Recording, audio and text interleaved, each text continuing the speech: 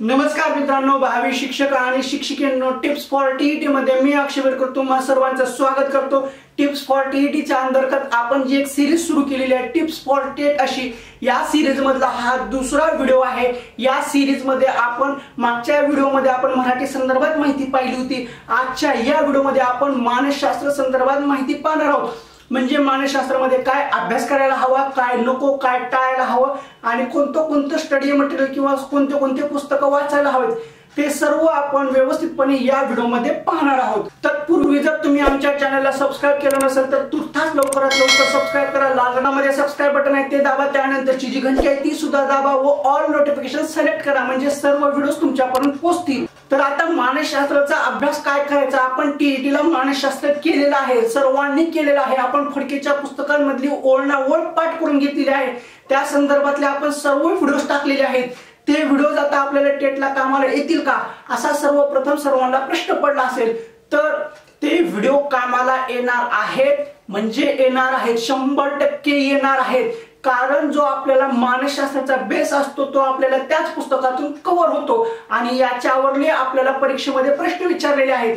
पण कसं आता सर्वजण सांगायला लागलेत की डीएडचं मानसशास्त्र वेगळं आहे आणि टेटचं मानसशास्त्र वेगळं आहे। काही वेगळं नाहीये, फक्त चॅप्टर वेगळे आहेत आणि त्या चॅप्टर मधला थोडासा अभ्यासक्रम वेगळा आहे, पण बेस हाच आहे। आपण जो टीईटीला मानसशास्त्राचा अभ्यास केलेला आहे फडकेच्या पुस्तकातला आणि कुलकर्णी सरांच्या पुस्तकातला, असं कॉम्बिनेशन करून आपण व्हिडिओ टाकले होते, ते सर्व कामाला येणार आहेत। त्याच्यामधले कोणते कामाला येणार आहेत ते आपण नंतर पाहू, पण तुर्तास आपण मानसशास्त्राचा सिलेबस काय आहे जो की 2017च्या टेट एक्झाम मध्ये विचारला होता। म्हणजे काही टेटला 30 पेपर झाले होते, त्याच्यामध्ये कोणते विषय टाकले होते किंवा कोणते चॅप्टर टाकले होते, कोणत्या चॅप्टरवर प्रश्न विचारला होता, त्यानुसार आपण आता सिलेबस पाहणार आहोत आणि त्या सिलेबस मध्ये नंतर काय वाचायचं काय नाही ते आपण पाहू। तुर्तास आपण सिलेबस काय आहे तो पाहू। आता हा जो काही मानसशास्त्राचा घटक आहे, या मानसशास्त्राच्या घटक मध्ये 20 ते 25 मार्काला प्रश्न विचारले गेलेले आहेत, म्हणजे मानसशास्त्र हे आपल्याला 20 ते 25 मार्काला पाहायला भेटतं। आता याच्यामधला पहिला घटक कोणता आहे, वाढ आणि विकास। आता या वाढ आणि विकासामध्ये आपल्याला वाढ आणि विकास हा घटक कुठून करायला भेटेल, जे काही आपण फडकेचं प्रकाशनचं पुस्तक आहे किंवा सुविचार प्रकारांचं किंवा तुमच्याकडे जे काही असेल त्याच्यामध्ये वाढ आणि विकास बद्दल संपूर्ण माहिती दिलेली आहे। आता फडके प्रकाशनच्या पुस्तकाच्या बाबतीत तो 5वा चॅप्टर होता, अध्ययन व बालकाचा विकास। हाच तो आहे वाढ आणि विकास, याच्यावरच आधारित हाच बेस घेऊन वाढ आणि विकास हा केलेला आहे, तो काही वेगळा नाहीये। फक्त वाढ म्हणजे काय असते, वाढ आणि विकास कसा होतो, वाढ आणि विकासची जी तुलना आहे त्याच्या संदर्भात आपल्या मानसशास्त्रामध्ये प्रश्न विचारलेले आहेत, ते पण उपयोजनात्मक आहे। आता ते उपयोजनात्मक प्रश्न कळण्यासाठी आपल्याला तो चॅप्टर करावाच लागतो, म्हणजे फडकेचं पुस्तक आपल्याला परत उपयोगाला येणार आहे। आता त्यानंतरचा जो घटक आहे व्यक्तिमत्व विकास। आता व्यक्तिमत्व विकास मध्ये असंख्य चॅप्टर आहेत, ते चॅप्टर आपल्याला कुठून कव्हर करता येतील, पण सर्वप्रथम व्यक्तिमत्व विकास मध्ये काय विचारलेलं आहे ते पाहणं गरजेचं आहे। आता या व्यक्तिमत्व विकास मध्ये बालकाचे व्यक्तिमत्व, शिक्षकाचे व्यक्तिमत्व आणि बालकाच्या ज्या विविध अवस्था आहेत त्या विविध अवस्थांमध्ये त्या बालकाचे व्यक्तिमत्व कसे असते आणि शिक्षकाचे व्यक्तिमत्व कसे आहे, हे सर्व प्रश्न विचारलेले आहेत, ते सुद्धा उपयोजनात्मक आहेत। आता आपल्याला शिक्षकाचे व्यक्तिमत्व किंवा शिक्षका संदर्भात पाहायचं असेल तर आपल्याला परत फडकेचं पुस्तक उपयोगात पडणार आहे। त्या पुस्तकामध्ये शिक्षकांची गुणवैशिष्ट्य असा व्यक्तिमत्वाचा एक टॉपिक। शिक्षकाची गुणवैशिष्ट्य म्हणजेच अध्यापकाचे व्यक्तिमत्व, हाच आहे व्यक्तिमत्व विकास। याच्यावरच आधारित प्रश्न विचारले गेलेले आहेत। शिक्षकाचे व्यक्तिमत्व कसं असावे, शिक्षक कसा असावा, शिक्षक कसा असू नये, हा चॅप्टर फडकेच्या पुस्तकामध्ये आपल्याला मिळून जातो।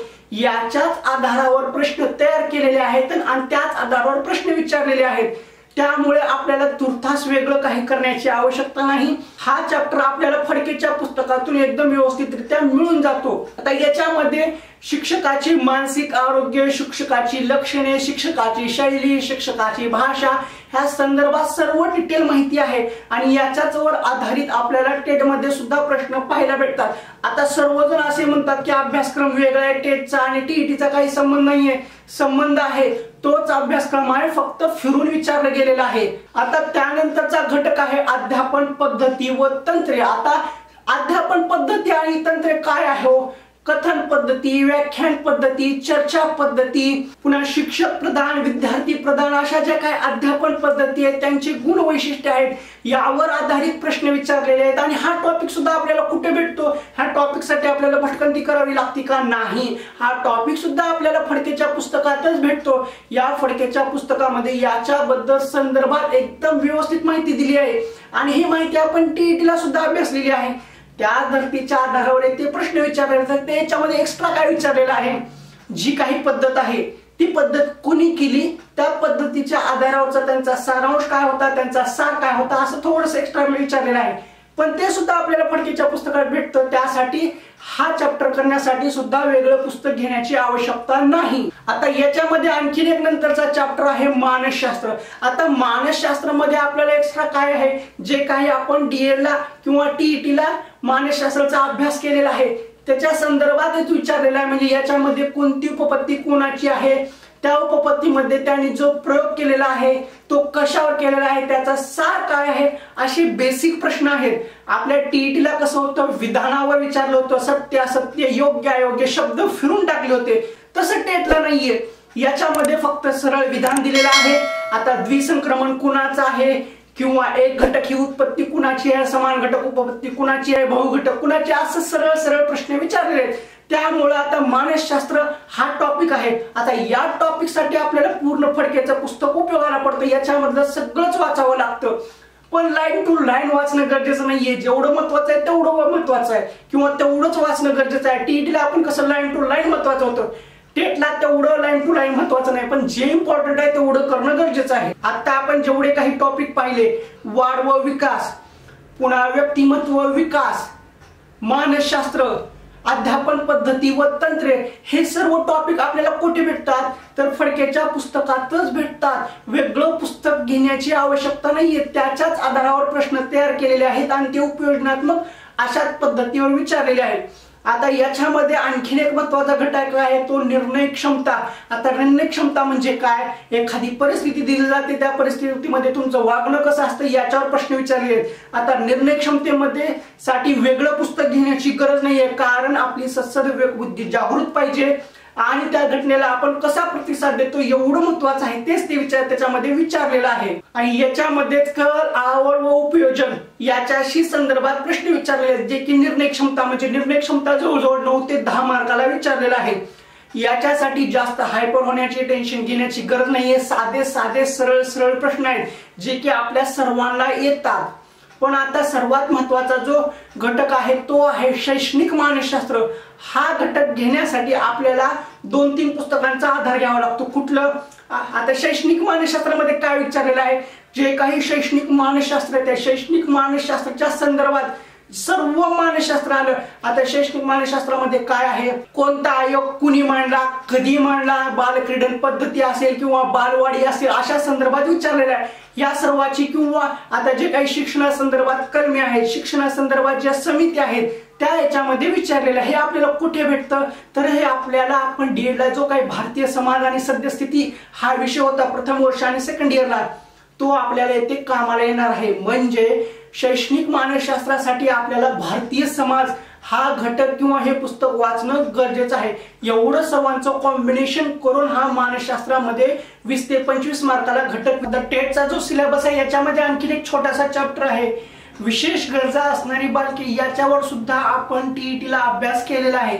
त्यामुळे याच्यासाठी सुद्धा वेगळं पुस्तक घेण्यासाठी किंवा वेगळा अभ्यास करण्याची गरज नाहीये। जो काही आपण TET ला अभ्यास केलेला आहे मानसशास्त्राचा तो सुद्धा आपल्या टेटला उपयोगी पडणार आहे। आता कोणतं काय काय वाचायचं ते सर्व सांगितलेलं आहे, पण आता तुम्हाला आणखीन एक्स्ट्रा माहिती किंवा एक्स्ट्रा नॉलेज जर घ्यायचं असेल किंवा एकदम डीप किंवा एकदम सखोल मानसशास्त्राचा अभ्यास करायचा असेल, जेणेकरून याच्यावरला एकही मार्क तुम्हाला जाऊ नये असं वाटत असेल, तर त्यासाठी तुम्हाला 12वीचं मानसशास्त्र जे की जुनं आता जे काही मार्केटमध्ये अवेलेबल आहे 12वीचं मानसशास्त्र हा चालू अभ्यासक्रम नको, एकदम जुना जो की मागचा सिलेबस होता तो, त्याच्यामध्ये तुम्हाला व्यक्तिमत्व भेटून जाईल, व्यक्तिमत्व विकास भेटून जाईल, जे काही शैक्षणिक मानसशास्त्र आहे, उपयोजनात्मक मानसशास्त्र आहे, या सर्वांचं तुम्हाला व्यवस्थित मांडणी किंवा त्याचा अभ्यास करायला भेटेल आणि त्याच्यामध्ये तुम्हाला मानसिक आजार किंवा मानसिक विकार आहेत याच्यावर सुद्धा आपल्या टेटला प्रश्न विचारलेले आहेत, त्याचा सुद्धा तुम्हाला अभ्यास त्या पुस्तकातून होऊन जाईल। आता तुम्हाला याच्यापेक्षा आणखीन जास्त सखोल अभ्यास करायचा असेल, एकदम डीप मध्ये, तोही उपयोजनात्मकरित्या अशा प्रकारचा अभ्यास करायचा असेल तर जे काही ओपन युनिव्हर्सिटी म्हणजे मुक्त विद्यापीठाचे पुस्तक आहेत, यशवंतराव चव्हाण मुक्त विद्यापीठ नाशिक यांचे जे काही मानसशास्त्राचे पुस्तक आहेत, आता मानसशास्त्राचे पुस्तक कधीपासून आहेत, फर्स्ट इयरला आहेत, सेकंड इयरला आहेत, थर्ड इयरला आहेत। आता थर्ड इयरला ज्यांनी काही स्पेशल मानसशास्त्र केलेलं आहे त्यांचे पुस्तकं बघा भेटतात का मानसशास्त्राचे। आणि सेकंड इयरला असे 3 विषय होते मानसशास्त्राचे, त्याच्यामध्ये व्यक्तिमत्व विकास नावाचे एक पुस्तक आहे, त्याच्यामध्ये सर्व डीप मध्ये व्यक्तिमत्व विकास तोही उपयोजनात्मकरित्या दिलेला आहे। तो सुद्धा पुस्तक वाचलं तर तुमचं बऱ्यापैकी मानसशास्त्र कव्हर होऊ शकतं। आणि सध्या जे काही मार्केटमध्ये मानसशास्त्राचे पुस्तकं आहेत ते काही कामाचे नाहीयेत। आत्ताच नोंद करून घ्या किंवा आत्ताच डोक्यामध्ये टाका, मार्केटमध्ये जे काही मानसशास्त्राचे पुस्तकं अवेलेबल आहेत ते कोणत्याच कामाचे नाहीत, जे की टेटच्या नावाखाली खपवतात। आणि सर्वप्रथम म्हणजे सर्वात महत्त्वाचं, जे काही क्लासवाले सांगत आहेत की टीईटीचं मानसशास्त्र वेगळं, टेटचं मानसशास्त्र वेगळं, त्यामुळे क्लास लावणं खूप गरजेचं आहे। असल्या आमिषांना असल्या फुलतापांना बळी पडू नका। मानसशास्त्रासाठी क्लास लावायची आवश्यकता नाही। मानसशास्त्र हा विषय आपल्याला डीएडच्या पुस्तकातून 12वीच्या जुने फडके प्रकाशनचं जे पुस्तक आहे 12वीचं ते आणि ओपन युनिव्हर्सिटीचे मानसशास्त्राचे पुस्तक बघा, त्याच्यामध्ये तुम्हाला एक घटक मिळून जातात। तेवढं सुद्धा तुम्ही वाचलात तर मानसशास्त्र एकदम उत्तमरित्या कव्हर होऊन जातं।